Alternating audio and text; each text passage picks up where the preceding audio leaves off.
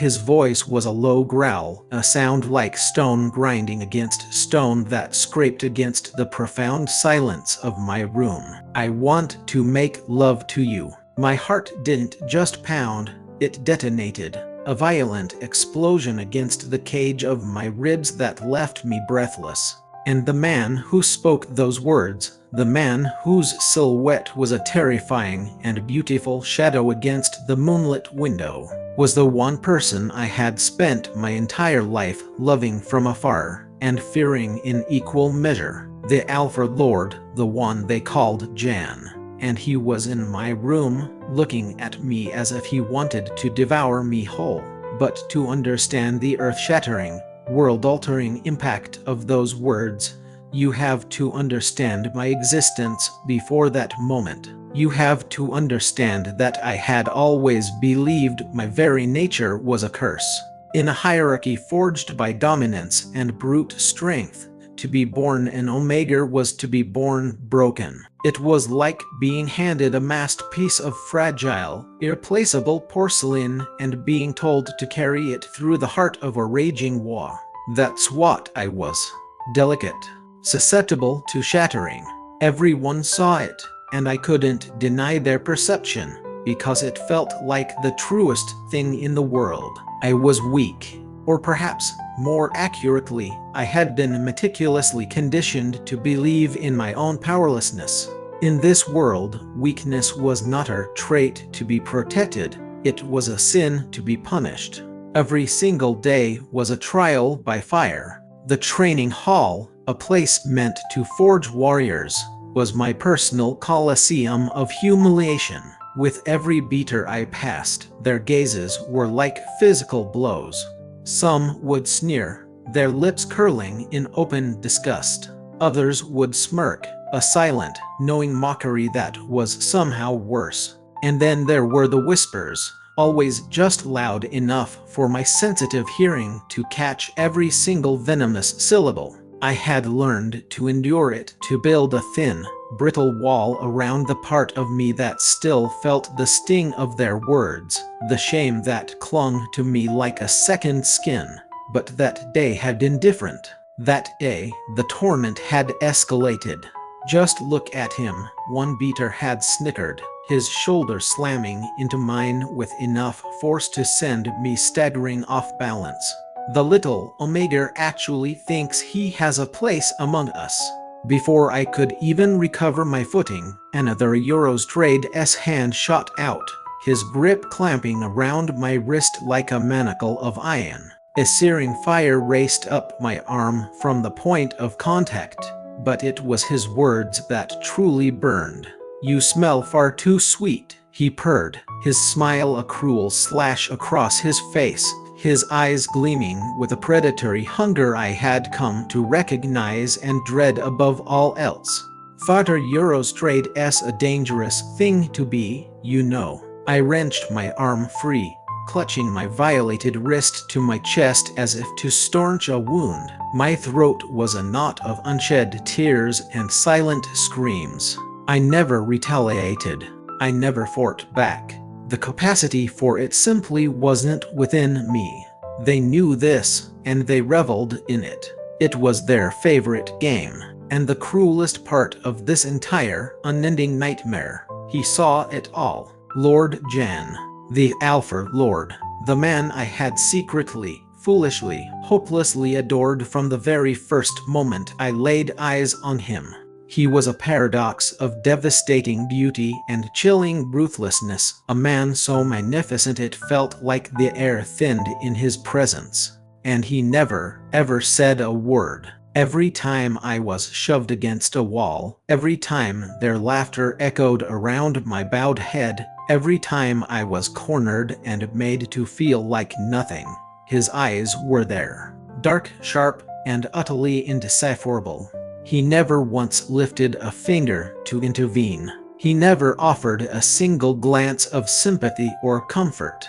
And yet, my treacherous heart would betray me, fluttering like a trapped bird every single time he was near. Even in his profound, deafening silence, my soul yearned for him. That night, the one that would change everything, I lay in my small, Spartan room, the dim light casting long shadows on the walls. I stared at the cracks in the ceiling, but all I could see were the faces of my tormentors. All I could hear were the echoes of their whispers from the hall. "Maybe it's about time someone put their mark on him," one had said. "He's unclaimed, weaker Yoro's perfect prey." I swallowed against the bile that rose in my throat, turning onto my side and hugging my thin pillow to my chest. It was a pathetic shield against the monstrous reality that lurked just beyond my door. My body began to tremble, a deep, uncontrollable shudder that had nothing to do with the night's chill and everything to do with a paralyzing fear of what was to come. Could they truly be planning it? Would a group of them force their way in, hold me down, and scar me with a mark I didn't want? The thought made my stomach clench in a violent, agonizing knot. And yet, even in the depths of that terror, my mind betrayed me once more. It conjured his image. Lord Jan. If any man were to claim me, if any man were to leave a permanent mark upon my skin, a part of me Euros the most foolish, desperate parter Euros prayed it would be him. The very Alpha who acted as if I were less than air. I squeezed my eyes shut, a hot flush of shame spreading through my chest at the forbidden thought. I wanted him, even knowing with absolute certainty that he had never, not for a single moment, wanted me. Or so I had believed. The sound was sharp, a distinct click that sliced through the quiet of my room, coming from the direction of my window. My breath hitched, lodging itself in my throat like a stone. Then came a second sound, the slow, deliberate groan of the lock being turned. My heart hammered against my ribs, a frantic drumbeat of pure terror. I shot up in bed, my eyes wide and straining to see through the gloom, lit only by the slivers of moonlight piercing the darkness. And then, the window swung open. My entire being froze, every muscle, every nerve, locking in place as a large figure stepped silently, gracefully, into my room. It was him, the Alpha Lord. He was taller, broader than I even remembered, his dark hair a windswept mess, as if he had run all the way here. In the pale moonlight, his sharp, intelligent eyes glowed like smoldering embers, pinning me to the bed, stripping away all my defenses with a single, intense look. The air vanished from my lungs. "Lord Jan," I managed to choke out, my voice a pathetic, trembling whisper that only confirmed everything they always said about me. "What are Euros? What are you doing here?" He didn't respond immediately. His movements were calm, precise, and utterly terrifying as he closed the window behind him, the latch clicking shut with an air of finality. He turned to face me fully, his jaw set like granite, his eyes burning with an emotion so raw and powerful I couldn't possibly name it. And that was when he spoke those impossible words. "I want to make love to you." I could only stare, my lips parted in silent shock, my heart threatening to beat its way out of my chest. What? My voice fractured on the single word. This had to be a dream. It had to be a cruel, elaborate fantasy my lonely, desperate mind had conjured to torment me. He took a step closer, and I reacted on pure instinct, scrambling backward on the bed until my spine collided with the cold, hard wall. His eyes narrowed, a flicker of something unreadable crossing his features. "Did you not hear what I said?" I shook my head frantically, my hands clutching the pillow to my chest as if it were a suit of armor. "War Euros, you can't just Euros, why are you war Euros?" My words were a tangled, incoherent mess, falling apart before I could even give them shape. He paused at the edge of my bed, his gaze never once leaving mine. His presence was an overwhelming force, filling every inch of the small room, suffocating, intoxicating, and utterly terrifying. Then he spoke again, and this time, his voice was softer, laced with a sound that was almost like pain. I can't ignore it any longer. A tightness seized my chest. Ignore what? His hand came up, moving with a slowness that felt deliberate, his fingers brushing against the line of my jaw. The contact was electric, a jolt that startled me into absolute stillness. His touch was warm, firm, yet I could feel the faintest tremor in his fingertips, as if he were fighting a war within himself. "The way they look at you," he said, his voice dropping, taking on a rough, guttural edge. "The way they dare to touch you. The way they talk about marking you." His eyes darkened, his voice deepening into a possessive growl. "It drives me insane." My lips parted, but no sound emerged. I was paralyzed by the sheer impossibility of what I was hearing. "I thought I could control it," he continued, his thumb now stroking the curve of my cheekbone with an almost reverent gentleness. "I thought I could let you go, allow you to live your life without my interference." He paused, his gaze intensifying. "But when I heard Themar Euros, when I heard them talking about forcing their mark onto you, something inside of me finally snapped. My heart was a thunderous roar in my ears, so loud I was certain he could hear it too. My entire body felt superheated, trembling, alive with a terrifying new energy. "Why me?" I whispered, the words barely audible, a fragile plea for an explanation that could make sense of the collapsing world around me. For the first time since I had known him, the cold, impenetrable mask he always wore slipped away. His eyes softened, his lips twisting into an expression that was dangerously close to agony. "Because you're mine," he stated, not as a question, but as an undeniable fact. I gasped, the air catching in my throat as his words wrapped around me like chains of silk and steel. I didn't have a moment to process it, to even think, before his mouth crashed down onto mine. His lips were fire. They were hot, insistent, and all-consuming. For a long second, I didn't move, couldn't move. My body was suspended in the chasm between crippling fear and overwhelming desire, caught in a hurricane of emotion I couldn't begin to comprehend. The Alpha Lord, the very man who had treated me like I was invisible for so long, was now kissing me as if I were his only source of oxygen in a suffocating world. And the most terrifying part, I began to kiss him back. A small, helpless sound escaped my throat, muffled against his mouth, and it seemed to be all the encouragement he needed. One of his hands slid from my jaw to the back of my neck, his fingers tangling in my hair, holding me firmly, ensuring I couldn't pull away even if I wanted to. His other hand planted itself on the mattress beside me, caging me in, leaving me no escape. My chest heaved as the kiss deepened, his tongue tracing the seam of my lips before brushing against mine, sending a cascade of sparks through every nerve ending in my body. I had dreamed of this on countless lonely nights, lying awake and imagining what this would feel like. But my dreams were soft, gentle things. This reality was raw, ravenous, and it threatened to consume me completely.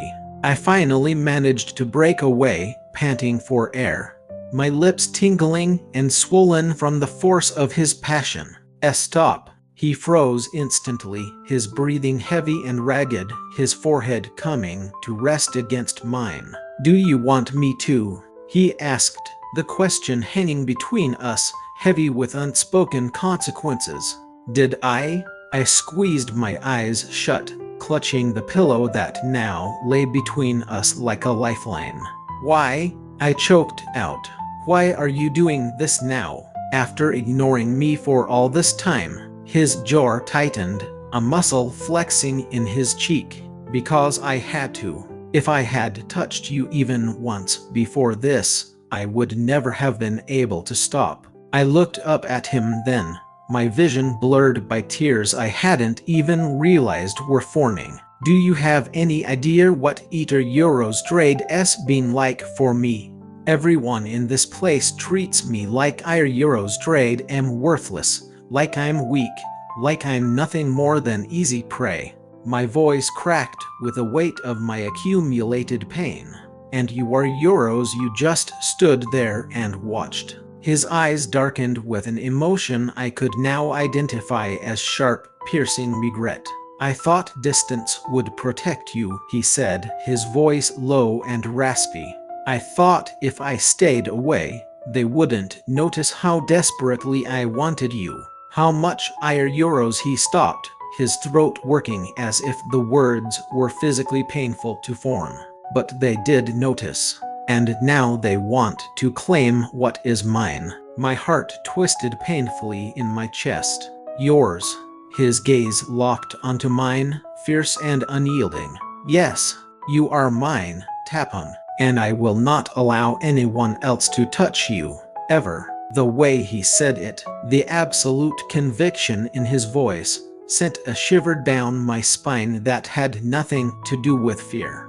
It was something else entirely, something that made my stomach flutter and my chest ache with a strange, hopeful pain. Still, a lifetime of doubt was a hard thing to overcome. What if you're only saying that because you don't want another Alpha to mark me? I challenged, my voice shaking. What if this isn't really about me at all? His lips curved into something that was half smile, half snarl. Do you honestly believe I would break into your room in the dead of night simply to protect some abstract concept of ownership? He leaned closer, his breath a warm ghost against my ear. I am here because I cannot stand another second of my existence without you. A small, involuntary whimper escaped me before I could suppress it. He pulled back just enough to look into my eyes, his hand sliding down to cover mine where it gripped the pillow in a white-knuckled fist. Slowly, gently, he began to push the pillow aside, removing the last physical barrier between us. I was trembling uncontrollably now, a violent tremor born of fear, anticipation, and a dizzying mix of both. Tapon, he whispered, his voice softer than I'd ever heard it, almost pleading. Let me prove it to you. My heart was a wild thing threatening to break free from my ribs.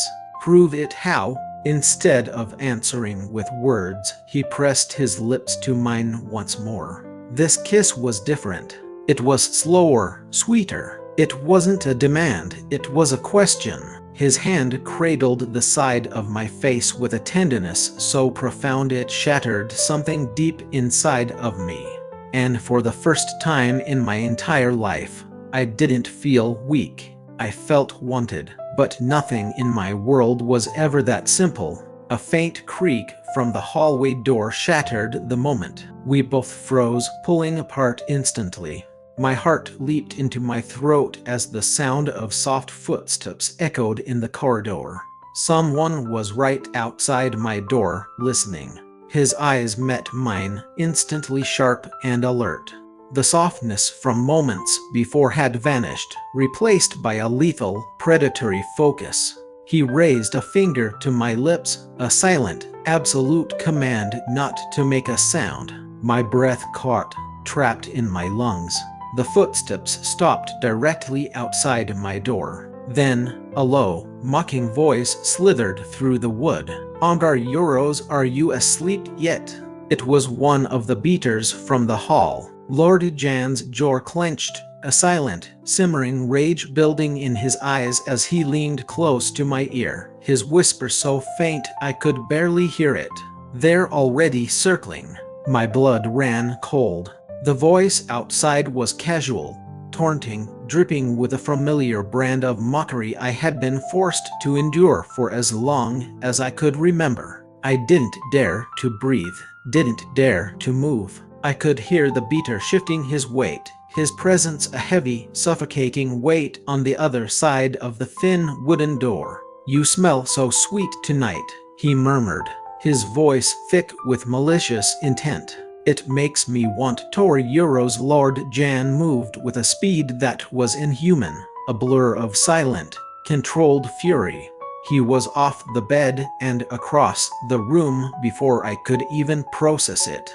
In the next instant, my door flew open with a deafening crack, slamming against the inside wall. The beater on the other side staggered back, his leering smirk dissolving into a mask of pure terror as the towering, formidable figure of the Alpha Lord filled the doorway. My heart pounded against my ribs like a war drum as I scrambled to the edge of the bed, clutching the thin blanket to my chest, watching with wide, disbelieving eyes. The beater stammered, his face ashen. "Lord Jarner Euros, Ire Euros." The Alpha Lord's voice was a blade of ice, sharp and merciless. "Leave."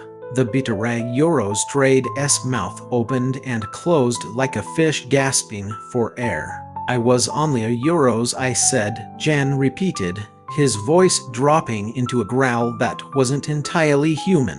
It was a primal, territorial sound of pure alpha dominance that seemed to shake the very air in the room. The beater paled, beads of sweat breaking out on his forehead as he stumbled backward, bowing his head in frantic submission. "Why, yes, my lord." He practically fled down the hall, his footsteps a panicked, fading rhythm in the sudden silence. For a long, tense moment, the only sound was my own ragged breathing and the quiet, restrained fury radiating from Lord Jan. Then he turned back to me. His Isa Euros gods, his eyes were blazing, but not with the anger he'd shown the beater. This was something else, something far more intense and dangerous. "You see," he said, his voice low and rough as he crossed the room back to me. "This is what they do. They are circling you like wolves around their prey. And if I hadn't been here tonight," Euros, his jaw clenched, his hands curling into tight fists at his sides, "they would have taken you." I hugged the blanket tighter, a thick lump forming in my throat. "Thesa Euros, this is exactly why I'm afraid," I whispered. "Why I have been afraid every single day of my life." Something flickered in his expression, a deep, resonant pain. He stood over me again, but this time, he reached down, brushing his knuckles against my cheek with a gentleness that seemed impossible for a man so powerful. "But you don't have to be afraid anymore." His voice had softened, though the steel in his gaze never wavered, "because from this night forward, no one touches you. No one even looks at you without my explicit permission." My breath caught. "That sounds like possession." His lips curved into the faintest, most dangerous of smiles. "It is." I didn't know whether to tremble in fear or melt with a warmth I'd never known. Perhaps it was both. I swallowed hard, my voice still shaking. "You can't just Euros claim me out of nowhere. You can't ignore me for months and then suddenly decide Euros I ignored you because I was afraid," he interrupted, his own voice breaking for just a fraction of a second, enough to make my chest ache in response. "Afraid of this. Afraid of losing control. Afraid that if I finally had you, I would never be able to stop myself from keeping you chained to my side forever." The confession stunned me into silence. My lips parted, my heart thundering against my ribs. "You deserve tenderness," he whispered, lowering his forehead to press gently against mine. "Not to be manhandled by beaters who see you as weak. Not to be feared. And never, ever to be ignored again." I closed my eyes, shuddering at the warmth of his breath, the steady, grounding weight of his presence. "Then show me," I pleaded, the words torn from the deepest part of my soul. "Show me that I mean more to you than just a prize to be claimed." For a moment, neither of us moved. The air between us was a living thing, charged and heavy and electric. Then he kissed me again. But this time, it wasn't fire. It was rain. It was a gentle, soothing kiss that whispered of promises instead of demands. I melted beneath it, my hands trembling as they rose to clutch at the fabric of his shirt. He groaned softly into my mouth, the sound a low vibration that traveled through my entire body, making my knees feel weak even though I was sitting down. When he finally pulled back, his eyes were softer and more open than I had ever seen them. "You're mine, Tapong," he murmured, his thumb brushing across my swollen lower lip. "But not because I am an alpha, and not because you are an omega. It is because I cannot imagine being anything else but yours." The words were an arrow, striking true and sinking deep into the core of me. My eyes burned with tears I could no longer hold back. I buried my face against his chest, my body shaking with the force of my emotions. "I've wanted to hear you say that for so long." His arms closed around me then, strong and impossibly protective, holding me as if I were something both fragile and priceless. "I will never let them hurt you again," he vowed into my hair, his voice a solemn oath. "Not while I am still breathing." And for the first time in my life, I truly believed him. But happiness, I was learning, was never so simple, because as he held me, as his warmth sank into my very bones, chasing away years of cold, I knew a chilling truth. The others wouldn't stop. Not until I was well and truly claimed, my neck bearing the permanent mark of an alpha. And if Lord Jan truly intended to be that alpha, the entire world would come for us both.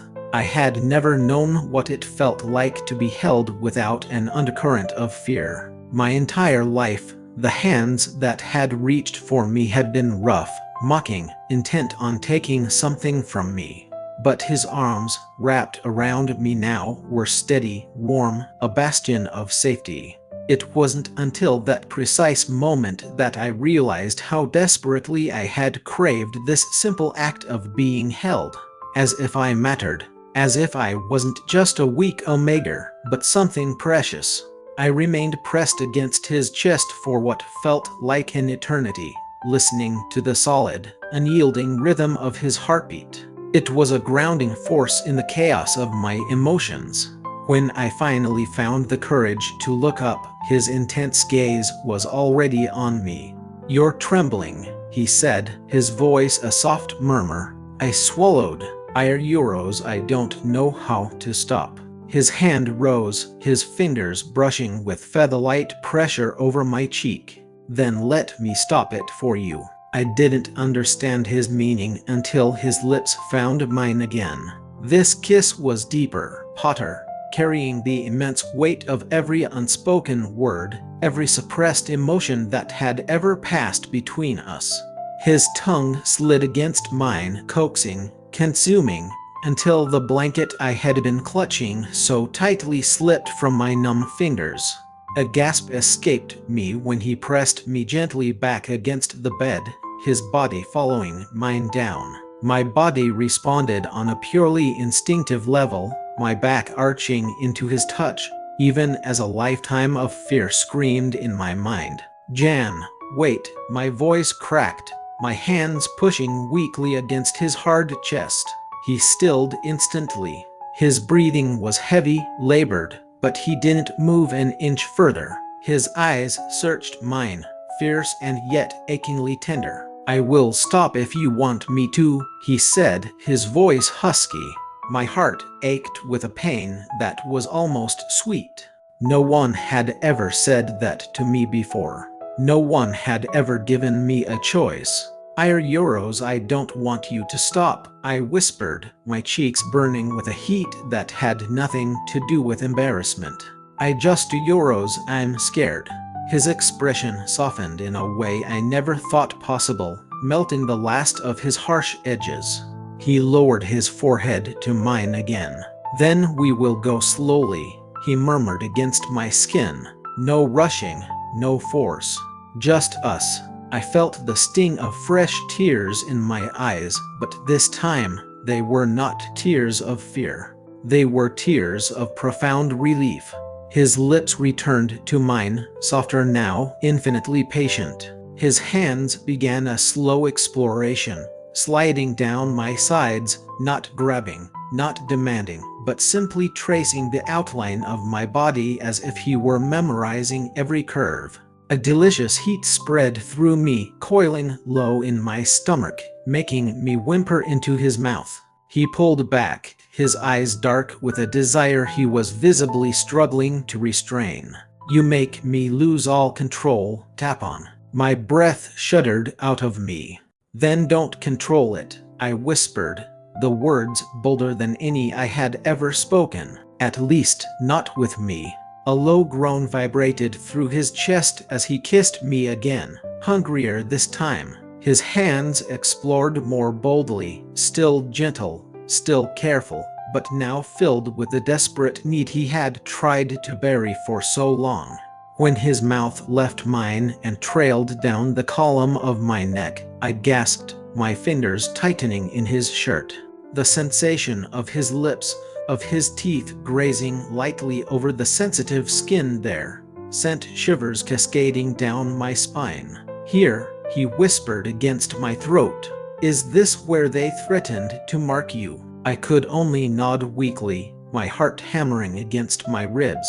His growl was low, deeply possessive, shaking through my entire frame. "Then let me erase their filthy shadows. Let me make you mine." Before I could form a response, his teeth sank gently into my skin. It wasn't enough to leave a permanent mark, but it was more than enough to claim me in that moment. A cry slipped from my lips, half pleasure, half shock. He pulled back to look at me, his own lips swollen, his eyes burning with a primal fire. "Say it," he commanded, his voice thick.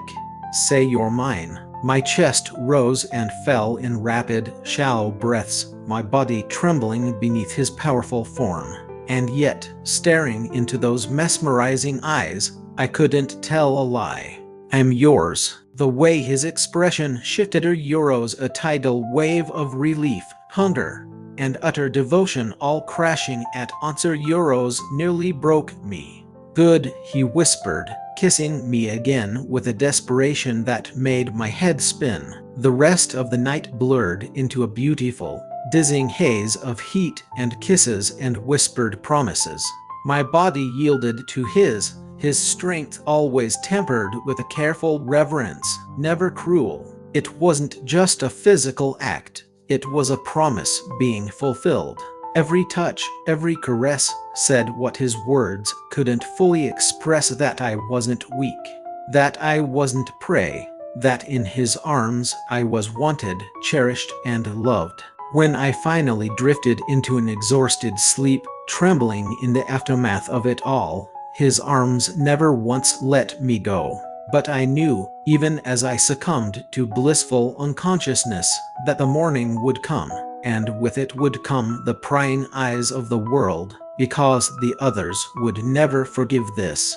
They had always seen me as the weakest Omega, and now I belonged to the strongest Alpha. The morning sunlight was a merciless intrusion.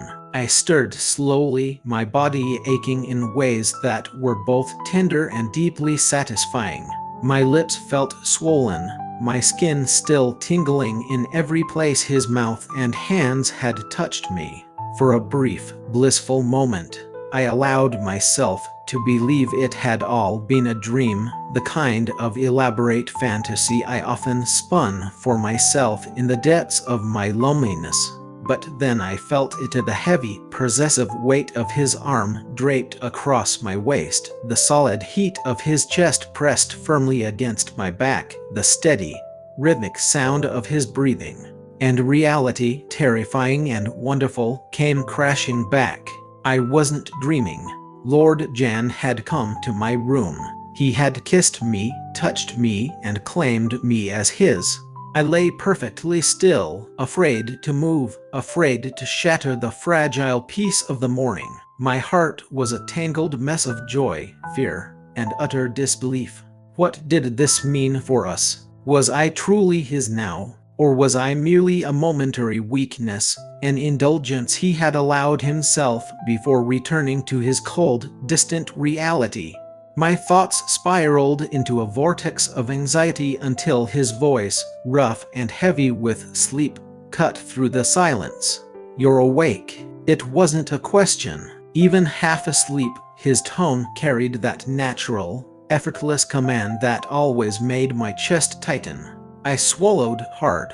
Yes. His arm tightened around me, pulling me even closer until there was no space left between us. My breath caught at the sheer intimacy of it, the easy way he held me, as if I had always belonged there. "Are you in pain?" he asked, his voice softer now. The question startled me. It was so careful, so cautious, as if he were afraid of the answer. "A little," I admitted, my cheeks flushing. He shifted slightly behind me, pressing a light, gentle kiss to the back of my neck. "I'm sorry." I tried to be gentle. Tears pricked my eyes again at his simple words. No one had ever cared if they hurt me before. "You were," I whispered, "more than I ever expected." He was silent for a long moment before he spoke again, his voice barely a whisper. "I've wanted this for longer than you know, but I was afraid. I was afraid that if I ever touched you, I wouldn't be able to stop." My chest tightened at his confession, and now, his hand slid slowly up my side, his palm coming to rest over my heart, as if he could feel its frantic beating.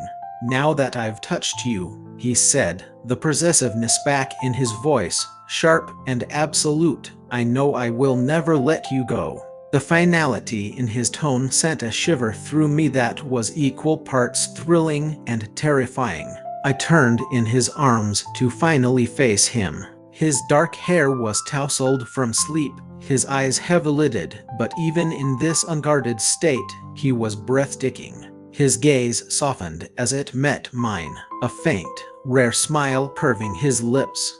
"You look beautiful like this," he murmured, his thumb brushing a stray strand of hair from my forehead. I blushed, instinctively ducking my head. "Don't say things like that." "Why not?" "It's the truth." I bit my lip, torn between a lifetime of disbelief and the overwhelming desire to let myself believe him. He cupped my cheek, his fingers warm against my skin, gently forcing me to meet his gaze again. "Tapang, from this day forward, I want you to stop doubting how much you mean to me." My heart hammered. "That's not easy. You ignored me for so long."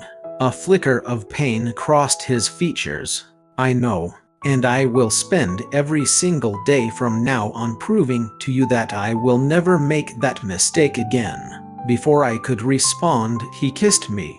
It was slow and sweet, a kiss that tasted of morning, light, and unspoken promises. I melted into it, my arms sliding up to wrap around his neck, clinging to him as if he were the only solid thing in a world that was spinning off its axis. When he pulled back, his expression was steady again, but his eyes burned with a new, "You need to be ready. The others will notice. They already suspect."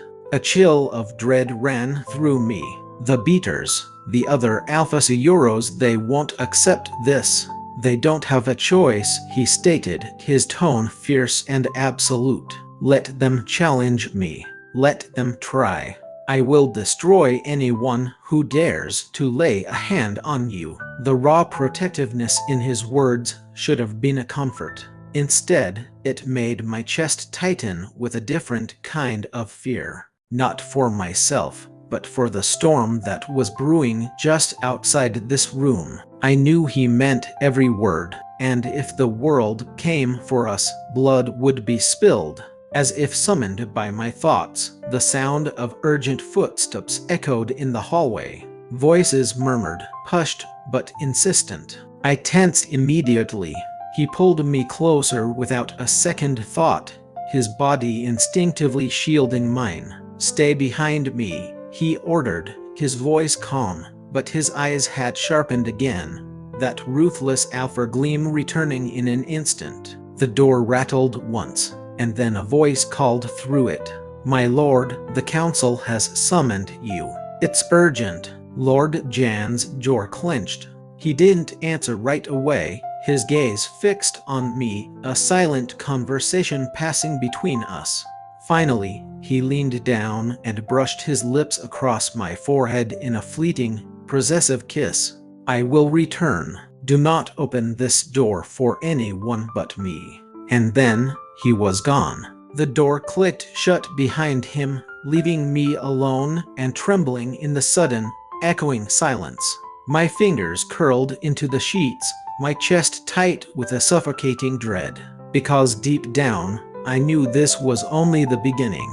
The world would never allow a supposedly weak Omega like me to belong to him so easily. And yet, for the first time in my life, I wasn't afraid to fight for it. The night I had both feared and longed for, the night that would define my entire existence, finally came. The grand mansion had become unnervingly quiet. The walls no longer echoed with the cruel laughter of beaters who used to torment me, or the conspiratorial whispers of alphas who plotted against me. Since Lord Jan had claimed me openly, my world had been irrevocably altered. No one dared to touch me now. No one even dared to hold my gaze for too long. And yet, my heart still trembled with a deep, persistent anxiety, because earlier that evening, he had told me, his low, commanding voice sending shivers through me, "Prepare yourself, Tapang. Tonight I will mark you." Those 5 words had been circling in my head ever since, making my lips dry, my hands shake, my entire body burn with a mixture of anticipation and terror. I had dreamed of being marked by him, of belonging to him so completely, countless times. But I also knew the profound finality of it. An alpha's mark was permanent, a soul-deep, unbreakable bond. It was more than just possession. It was forever. A small, insidious voice in my head started to whisper its doubts. Would I be enough for him? Would he one day regret choosing me, the weak Omega everyone had once despised? I hugged my knees to my chest on my bed, staring at the moonlight that spilled like liquid silver through the window. My body wanted him. Gods, it wanted him with an ache so intense it was a physical pain. But my heart was terrified.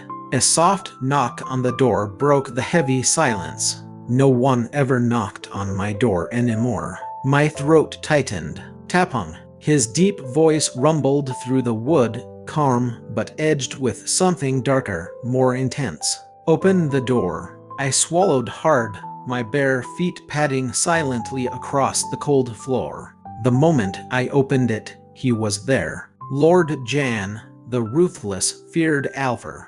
But tonight he wasn't a lord. He was simply a man who wanted me. His eyes darkened as they swept over my form, lingering on the thin silk robe I wore, a garment that did little to hide the trembling of my body. I had worn it because I wanted him to find me beautiful. "Jan," I whispered his name, a breath of sound. Before I could say another word, his hand cupped the back of my neck, and he pulled me into a searing, desperate kiss. My body melted instantly against his, my knees weakening as his lips devoured €. Hungry, demanding, claiming. I gasped against his mouth, my hands clutching his shirt for balance, and he growled low in his throat, lifting me effortlessly into his arms as if I weighed nothing. He carried me to the bed and laid me down gently, his weight pressing me into the soft sheets. "Mine," he murmured against the sensitive skin of my throat, his breath hot against me. "From the very beginning, Tapang. You were always mine." Tears stung my eyes. Then why did you ignore me? Why did you let them hurt me all those times? He froze for a heartbeat, his forehead pressing against mine. His voice dropped, thick and rough with a regret that felt ancient. Because I was a coward. I thought staying away would protect you. I thought if I ignored my own feelings, they would eventually lose interest in you. But instead, I let you suffer, and I will never, ever forgive myself for that. His thumb brushed tenderly across my cheek, wiping away a fallen tear. His gaze was fierce, unwavering. That ends tonight. No one will ever touch you again. I will carve my claim into your very soul if I have to. You belong to me, and I will spend the rest of my life proving that I am worthy of you. My chest ached with so much emotion I could barely breathe. Jan, then his lips claimed mine again, softer this time, filled with an almost unbearable tenderness. His hands traced the lines of my body with a reverence that made me feel sacred. I had never been touched like this before. Euros, not roughly, not cruelly, but lovingly. My robe slipped away under his ministrations, and I felt bare beneath his intense gaze. But instead of shame, all I saw reflected in the dark depths of his eyes was hunger and profound devotion. "You're beautiful," he whispered. "Every single inch of you." I blushed, turning my face away, but he caught my chin, forcing me to look back at him. "Never look away from me again. You are mine to cherish." The kiss deepened, our breaths mingling, our hearts racing in a frantic, synchronized rhythm. His hands roamed lower, his touch igniting a fire across my skin.